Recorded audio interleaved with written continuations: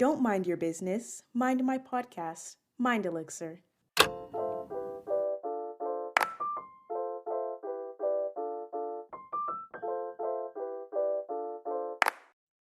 Hello, I'm Ayoka, and welcome to or back to my podcast. If you do not already know me, then hi.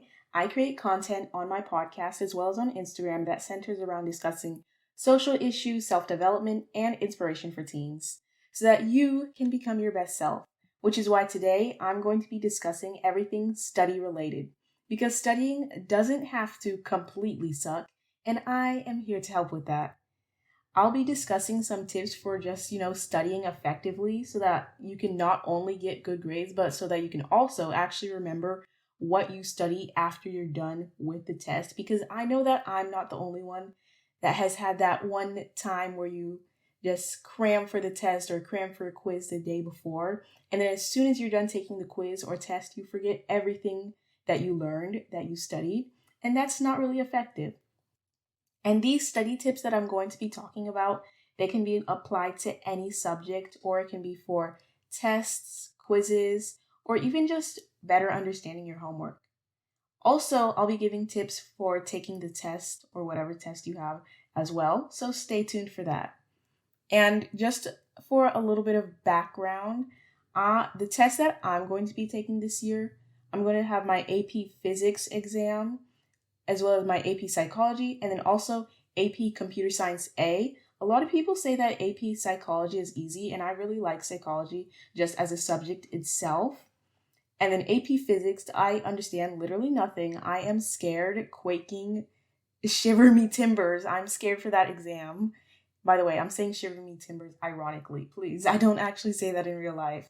But yeah, I'm scared for that exam. And then for my Computer Science AP exam, I actually just found out that I wasn't even signed up for that exam.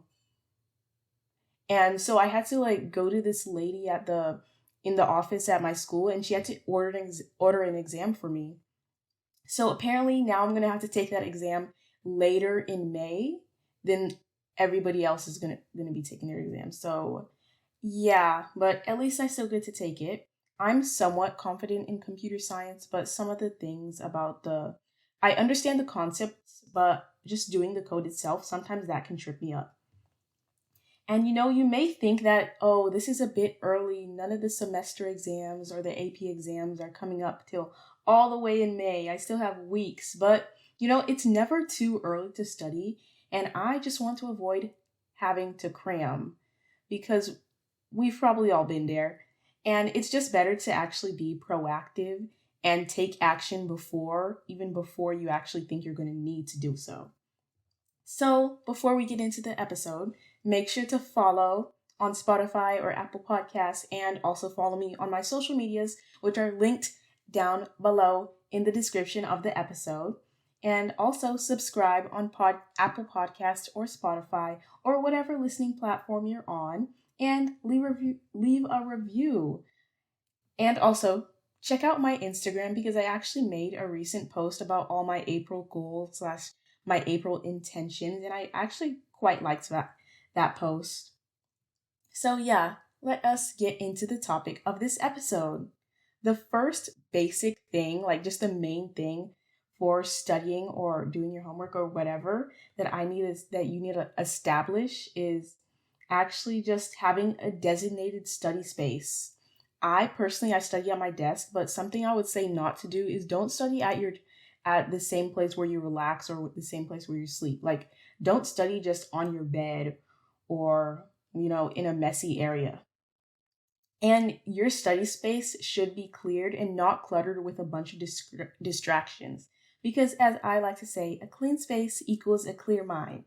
Kind of, somewhat, a bit.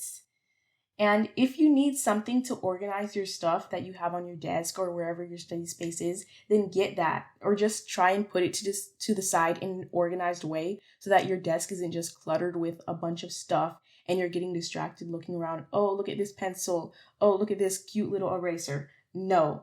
I have a file folder on my desk, and then I also have this desk organizer thing that I put my pencils and sticky notes and erasers. I put all of my stuff in there. And then I also make sure that I clean my desk every single week usually on Sundays, just because Sundays are kind of like a reset day for me. I also clean my room as well on Sundays. I'm trying to get back into the habit of doing that. And also, whenever you're studying, make sure to get everything that you actually need before you start studying so that you're not having to get up like, oh, oops, I'm thirsty. I need to go get some water. No, get your water bottle right now and get your pencils. Make sure they're sharpened, or your eraser, and all of that. Anything that you think you'd need. And for your phone, put it away and put it on do not disturb mode. Like, turn off the notifications, put it on silent, because I know for me, my phone is like a major distractor, a major, like, is that even a word, distractor? I don't know, but it's something that takes away a lot of my attention and my focus whenever I'm trying to get something done, and a time waster, honestly. So I would say put your phone on do not disturb, and then not only that, but also put it where you can't see it so that you're not tempted to get on your phone. Because I'm pretty sure there's like some study or something, like, I'm not sure, but I think there was probably some study that if you even see your phone, it can be a temptation for you to get distracted and get off task. So it's just better to have it out of sight. Maybe that's kind of like applies to the saying out of sight, out of mind. I don't know. And also, whenever you're creating your ideal study environment, make sure that um make sure that it's just, the right place for you, somewhere where you feel comfortable. It can be at your desk, or I know that some people, they probably go to cafes or the library or wherever. And also, the people around you, they can be distracting too, depending on what it is. So I know some people, they like to study with their friends. But if you know that if you study with your friends, if you think that you're going to get off topic or off task, then don't do that. And then there's also live study rooms on YouTube that you can look up. And there's this one app that I had, or this one thing, I don't know, I don't even use it anymore, but I need to check it out again. It was this one app where it was basically a live study room where you can study with a bunch of people. I think it was on Zoom or something like that. So that was pretty cool. So if you feel like just having other people around you that are doing a similar thing can be kind of encouraging for you, then do that, whatever works for you. And usually after school, I have to stay after school for like a few hours because my parents can't pick me up immediately.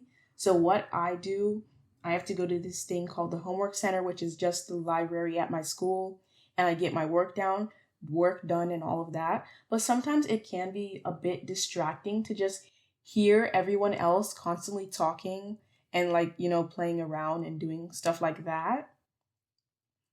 So what I do is I actually sometimes listen to music, although I wouldn't really suggest listening to music unless you're trying to actually drown out background noise, because that's what I was trying to do, because yeah, but the music I listen to, it's usually repetitive, and then it also has no words, because whenever I feel like if music has words, then you're getting off task and off topic, and like you're thinking of those words in the music and like getting too emotional about them. And also, if you're going to be listening to music while studying, although I wouldn't really suggest it that often, but if like you have to, if you're trying to cancel out outside distractions or just trying to stay focused, then I would suggest listening to just one song on a loop, and also a song that doesn't make you super emotional or just super angry or anything like that. The song that I actually listen to, this is going to sound so weird, but I listen to the Pink Soldiers theme from Squid Game.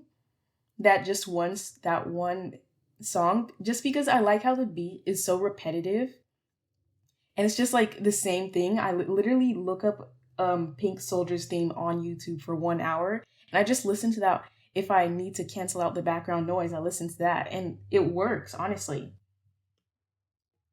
And the next thing, y'all probably know, or maybe you don't, but I'm probably like the queen of to-do lists and planning. But do I actually execute and follow through with these plans? No, but that doesn't matter. That is not what we're concerned with.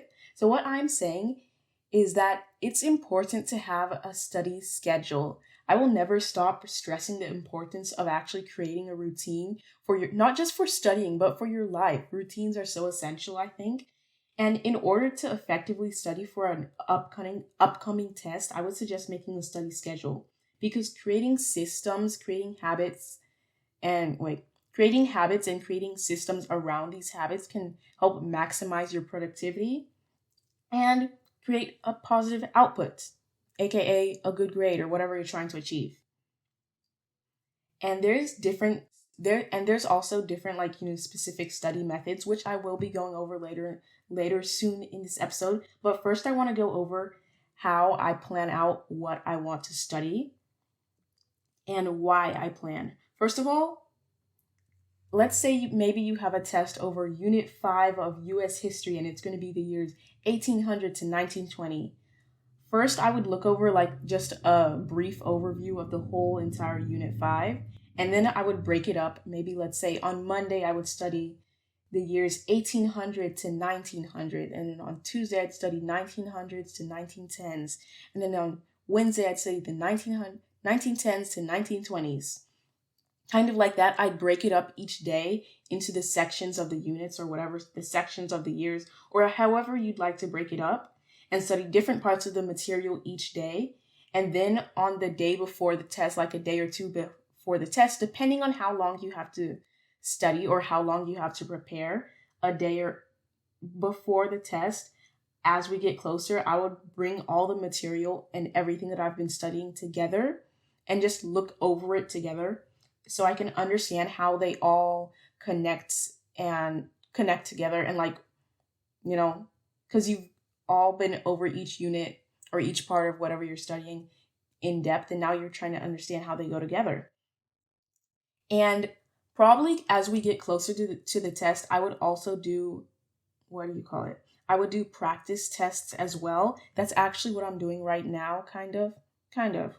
But basically, before this, I was studying for psychology, and I laid out a study plan for myself. I said, okay, so on Thursday, I studied the sleep disorders, and then on Friday, I studied development, and then on Saturday, learning or whatever. And then today, I'm going to go to College Board and do a few practice questions. That's basically what I did, and I think that works really well for me. I like doing that. But if you have your own habits or your own study schedule that you'd like to implement, just try and figure it out, because I think it really can help. Because creating a study schedule and planning, it just gives me like a sense of basically more of a sense of security and control, because I'm starting to understand what I know and what I can get wrong on the test and all of that. So yeah, just know. And also, the next thing, I know that since studying, it technically isn't a required thing to do. It's not required, like, oh, your teacher's going to take 10 points off your grade average if you don't study for this test. Like, no. It's more of like a delayed gratification thing. Like, oh, if I don't study, then I might fail this test that comes up the next week. But it's not like homework wherever you're required to do it. And because it's not like homework, where I keep reiterating the same thing, sorry. But because it's not like homework, and you're not just graded on whether or not you study, you don't have to turn in proof of you studying, at least I don't. What I'm starting to do is actually just treat studying like homework, treat studying like it's a required thing, because it is. If you want to actually have a positive output on your schoolwork, on like in school, on grades, and be able to demonstrate your knowledge in tests, then studying should be a required thing for you. So what I like to do is, after I get home from school, from the homework center, I continue to study. And then I also try to do my homework immediately, because I know that if I start to go do something else, then I'm going to get distracted, and then I'm going to stay off topic, and then I'm not going to feel like doing it later that night at all. And then it's a whole entire evening wasted. So what I'm saying is, if you wouldn't want to do something now, then what makes you think you're going to do it later? So know when your most optimum time to do your studying or whatever it is, plan for that as well.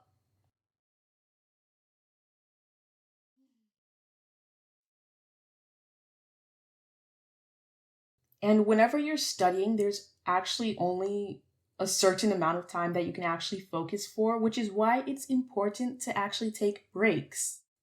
And I used to recommend doing the Pomodoro Method, which is basically where you have 25 minutes of working, 25 minutes of studying, whatever the task you're doing is, 25 minutes of that, and then you take a 5-minute break. But now I'm like, the Pomodoro Method is trash. Sorry, I'm kidding. But yeah, I don't really like the Pomodoro Method anymore because I feel like it doesn't allow for enough time to actually get into the flow state. Like, I guess you could call it deep work. I'm not really sure if that's deep work, but it doesn't allow enough time to actually start to concentrate and get into what you're doing or get into the studying, get into your homework or whatever. I feel like it doesn't allow enough time for that. And also, a 5-minute break is not enough. Like, you literally blink and that is done. It's done. So now what I do, I usually don't really time. I just do it. I just study for however long. And then whenever I start to feel my focus slipping, I just get up and take a break or do something else. And I would say around 45 minutes and 45 minutes of studying and 10-minute breaks, that's really good. Or whatever, like, study blocking or whatever schedule works for you. But if you like to do the Pomodoro Method, then do that. It's honestly just about what works best for you, what's the most optimum thing for you, and what you think will have the best output or the best results for you. And, however long you can go with studying while still allowing your body to like maximize productivity and not allowing your body to tire out or whatever. Like, I'll see these YouTubers online, they'll be like, 6 hours study with me. And I'm like, that's not for me. Because I feel like 6 hours is kind of ridiculous. It's better for me to just study deeply for like 2 hours rather than 6 to 8 hours of constantly getting distracted, maybe taking like 30-minute breaks and like, always having my focus slipping. I feel like 2 hours just like in the evening, breaking it up, and then with like 2 10-minute breaks or something like that. And inevitably, whenever you're studying, whenever you're doing something, there will always come distractions. And when it comes to dealing with distractions, what I would suggest is just, honestly, if you just have a bunch of stuff popping into your head and you're constantly trying to think of this or that, I would suggest writing down your distractions, actually like writing them down on a sticky note and then putting it back to the side so that you can get it out of your brain and you're not constantly thinking of it. Or if because I know I have to use my computer for a bunch of stuff. If you're on your computer and you start looking into new tabs and you start getting distracted by that, I would suggest actually just getting a Chrome extension, getting an app or whatever that blocks the website that you're getting distracted by so that you don't have to constantly go to it and you're actually you physically can't go to it. But sometimes you honestly just need a break, and trying to will away the distractions won't work. So what you should do during the breaks is maybe take a 10 to 15 minute break. During the breaks, you can move your body, get some movement in, get the blood flowing, because I know you've probably been sitting at your desk, you're probably a bit bored or whatever. Or just yoga, meditation, deep breathing, something calming to, just give your brain a bit of a break. And also maybe get a snack, because if your mind is stuck on food, that can make it difficult to concentrate. If you're just thinking, oh my gosh, I'm so hungry, I want to eat, just go get a snack, get an apple, get an orange, something like that. I don't know. But something you should not do, by all means, do not get on your phone during a break, because you'll end up spending the next hour on TikTok or Instagram. And I'm actually speaking from experience, because this happened to me while I was getting ready to record. So the thing is, I actually tried to record this episode 3 different times, because on Wednesday I was planning to record and I was oh my gosh, I'm going to get to record. And then I procrastinated a bunch. I went on TikTok and I got distracted by TikTok. I got sucked into the whirlpool of the app named TikTok. And then also Instagram too. And then whenever I did end up trying to record, I got frustrated with the episode. I literally got 18 minutes in and I was like, no, I don't like this. And then I deleted it. And then I tried to record on Thursday, but that didn't work out either because I kept getting frustrated and I said, no, I don't like this. And then by the time I actually did have time to record, by the time I actually did want to record on Thursday, that was later in the evening because I had spent more time on my phone. By the time I actually did want to record, I didn't have enough time because I needed to go to Taekwondo class / practice. I needed to go. So yeah, I'm speaking from experience when I say, do not get on your phone during breaks. Unless you have like amazing self-control, but that is just not me. Like what I'm saying is know what will take away your focus or just cause distractions and know what is best for you when taking breaks. But, now that I've gone over the general stuff about studying, I also want to talk about some specific strategies. First off, we have active recall. And I think this is very important rather than just, passively reviewing and rereading information. That may help a bit. Like if you just have a bunch of notes and you're just reading over them, that may help a little bit. But it's really not the most effective way to study. And in my opinion, it can just turn out to be an overall waste of time. So active recall, that is a way to go. And basically, I would describe that as just the act of going back into your mind to constantly retrieve the information in your brain. And it's better than just passively reviewing because it's active, I guess. I don't know. And some resources that I would suggest for active recall is using like flashcards or the better version of flashcards, aka Quizlet, because Quizlet is bae. And I like Quizlet because it's online and I can create different study sets and use other people's study sets and stuff like that. But yeah, another way to utilize active recall would be taking practice tests online or asking yourself or creating questions for yourself about whatever you're studying or whatever material you're studying. And the reason I would suggest this is because instead of just, looking over whatever you're studying, you're actually having to think. I feel like you have to think harder. I don't know. There's probably some science about this. I feel like I've probably talked about this before. But yeah, active recall. And then also, this isn't really active recall, but I would suggest looking over past assignments or tests or quizzes, anything like that. I would suggest looking over all of those whenever you're trying to prepare for a test because oftentimes teachers will utilize previous information and previous stuff, and that can just help you be prepared for future tests, future quizzes, and stuff like that. Also, if your teacher assigned you an optional take-home test or optional test reviews, optional homework, stuff like that, I would highly, highly recommend doing it because they may structure tests similar to that, and just really pay attention to how they structure the previous tests that you've had in their class or anything like that. Or if it's an AP test, you can go look up online previous AP tests because I'm pretty sure they release those. Yeah, they do. The previous AP test, previous FRQs, stuff like that. That can really be so beneficial to you. Just doing those.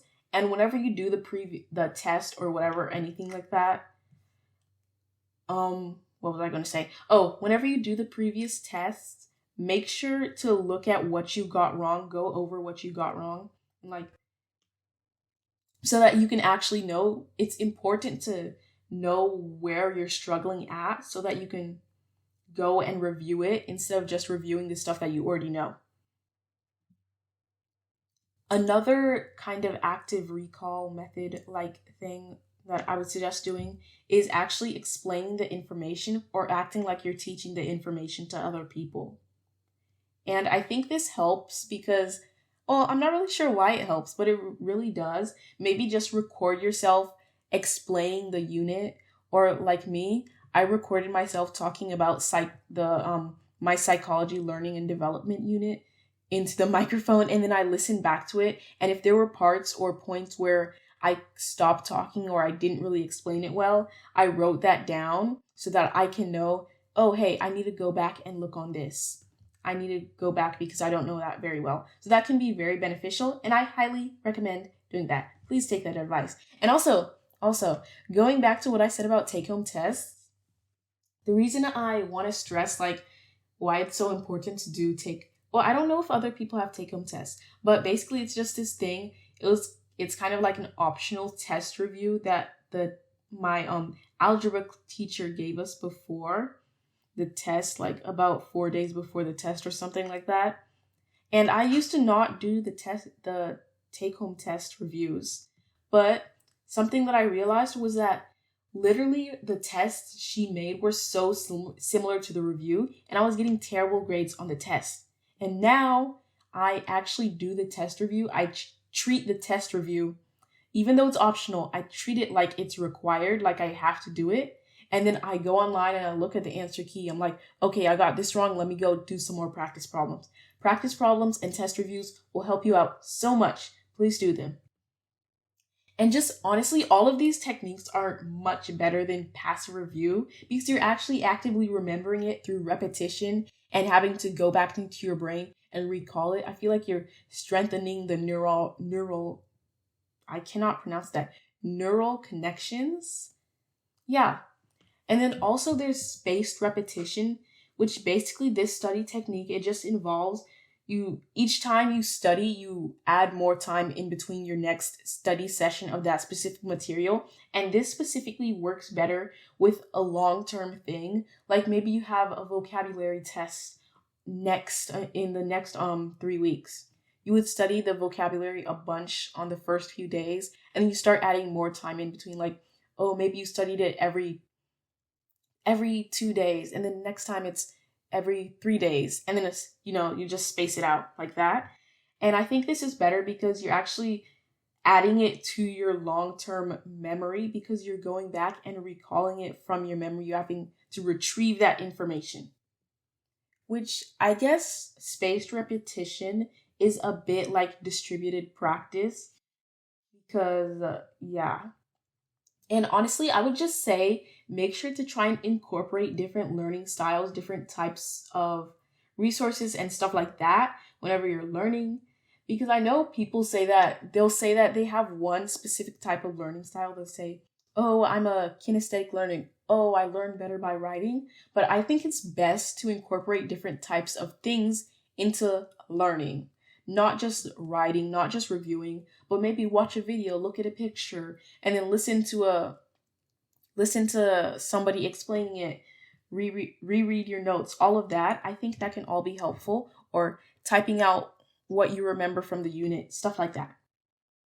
And sometimes when your teacher just, may not be the most helpful or the greatest person for you to learn from, or maybe you're just confused about a topic that you already learned earlier in the year and you just don't want to ask them that, you need to find resources. Use your resources. Using your resources is so important. First of all, there's Khan Academy. They have resources for all sorts of subjects on there. They're really helpful for me. And then also there's actually an SAT prep course that I connected to my College Board account, and I'm currently using that to prepare for the SAT next year because, as I said before, it's never too early to prepare. And then also there's YouTube channels if you're in a specific subject, and there's a YouTube channel. You can look up YouTube videos and all of that. YouTube is like literally endless videos, endless resources, all of that. And there's this one guy I used to look at for chemistry last year, and also I think he does algebra videos. What is his name? Oh, the organic chemistry tutor is the best. Y'all need to look him up. If you're doing chemistry or maybe some type of math, his videos are so helpful. And then also Crash Course, they have videos in history, psychology, science, videos in a ton of subjects. And as I stated before, Quizlet, people have the sets of flashcards that they already make on there. And also you can make your own flashcards. So that can be really helpful. And looking at your textbooks as well. I know that there's these AP Barron's textbooks, where they make textbooks that specifically help to prepare you for the AP exam. They have all of the units, and also they have practice questions and practice tests that you can do. And of course, you can ask your peers, always ask your peers or the other students and other people around you, because if you don't know it, then what's the harm in asking? However, I do want to say that you shouldn't be afraid to ask questions in class. Like, honestly, actively engage with your teacher and let them know when you need help. Because they'll see your effort, they'll see the effort that you're putting into actually learning, even if you may feel like you're being annoying or asking questions so much or too much, and they'll probably appreciate that. And honestly, sometimes you just gotta let go of that feeling of, oh my gosh, I feel like this teacher is gonna think I'm dumb for asking so many questions, or she already explained this, let me not say that. But you've gotta weigh the pros and cons of, if I don't ask this question right now, then this question may show up in the test and I may not understand that, and that could hurt me in the future. So, yeah. Or if you don't want to ask the question in front of the class, try going to the class during lunch or after school or before school if the teacher has tutoring or anything like that. And something that I'll sometimes do in my algebra class is actually ask to see the test that we took in class afterwards. I'll go in during lunchtime and I'll ask to see the test, just so that I can actually work through the problems that I missed, or ask the teacher to explain something on the test that I missed if I don't understand it, if I still don't understand it. And also, like, being engaged in class, asking the teacher genuine questions and stuff like that, it shows the teacher that you're actually willing to learn. And I think that any great teacher can appreciate a student that's willing to learn and willing to grow and progress and get better. Finally, I would also like to add some things that you should not do. Well, it's just one thing that you shouldn't do. Do not over highlight. I know that some people, they'll have these super cute notes and have a bunch of curly letters and highlighters and all of that in the notes, and they'll just like highlight everything. It literally looks like a neon monster vomited all over their page. I'm sorry, that's kind of rude, but some people over highlight. And what I think that highlighting, it doesn't even do anything unless you're actually like only highlight stuff that's important. Maybe highlight the vocabulary, a key vocabulary word, highlight that within the whatever the notes you had or whatever passage you had to read. Highlight those, or maybe highlight the heading, but don't just go around highlighting a bunch of lines for no reason. Like, that's not really going to help you. It's just like distracting, to be honest, in my opinion. So yeah. Also, during the test, whenever you're taking a test, I feel like these are, pretty essential pretty essential test taking strategies. Make sure to use elimination if you're not quite sure, like, oh, I don't know, this question is kind of confusing to me, I don't know what to do. Use elimination so you can say, oh, this answer, I know I can cross that out, because it helps you to narrow down your options. And if you're still stuck on the question, even after eliminating it, you're still trying to decide between, I don't know which one this is, just star the question and move on, because you don't want to waste valuable time that you could be using on another question or on another problem. And always make sure to go into a test, go into a quiz, go into whatever, make sure to go into it with a good positive mindset, not necessarily like egotistical or prideful, just a positive mindset. Because something that I've noticed, and it's actually so weird, and I've tried to actively combat this, is that a lot of people, even like myself included, I'm not trying to say like I'm not guilty of this, but a lot of people, before the test, they'll always talk down on themselves. They'll constantly say, oh my gosh, I'm gonna fail. Oh my gosh, this test is so hard. Oh my gosh, I didn't even study. I literally don't understand a single thing. And also another thing, a lot of the people that say that are literally the smart kids. A lot of the people that say that are literally the smart kids too. And then like they get a 100 on the test. I'm like, wait a minute, I thought we were in this together. But anyway, everyone is smart in their own way. And what I've been doing to combat this, pre-test negative self-talk is I just tell people around me, I say, hey, good luck on the test, Amelia. Good luck on the test, Johnny. Those are not actual people in my class's name. But yeah, I just tell them good luck. And I say and even after the test, I make sure that I'm not talking down on myself. I just say, well, that's the test. Because you can't really do anything after the test to change your grade that you got. All you can do is work on progress, and just go in with a good mindset, relax, don't get too stressed, and focus on what you can control. If you do a test and you're 100% sure you bombed the test, you're 100% sure you messed up on the test or whatever afterwards, don't go around complaining about it to other people. No one wants to hear that. Instead, make sure to follow up on the test ask the teacher what you got wrong and how you can improve, and use your failure as a learning experience. Use your mistakes as a learning experience for how you can progress and do better in the future. Or maybe the teacher is offering test corrections. Do that and actually learn what you can take from that experience. Because something that I've been beginning to realize is that we don't constantly need to just, take the failure. We don't need to just take the L. We can actually take the L and transform it into a win. Oh, wait, that's actually kind of smart. Okay, anyway, that is pretty much it for this episode.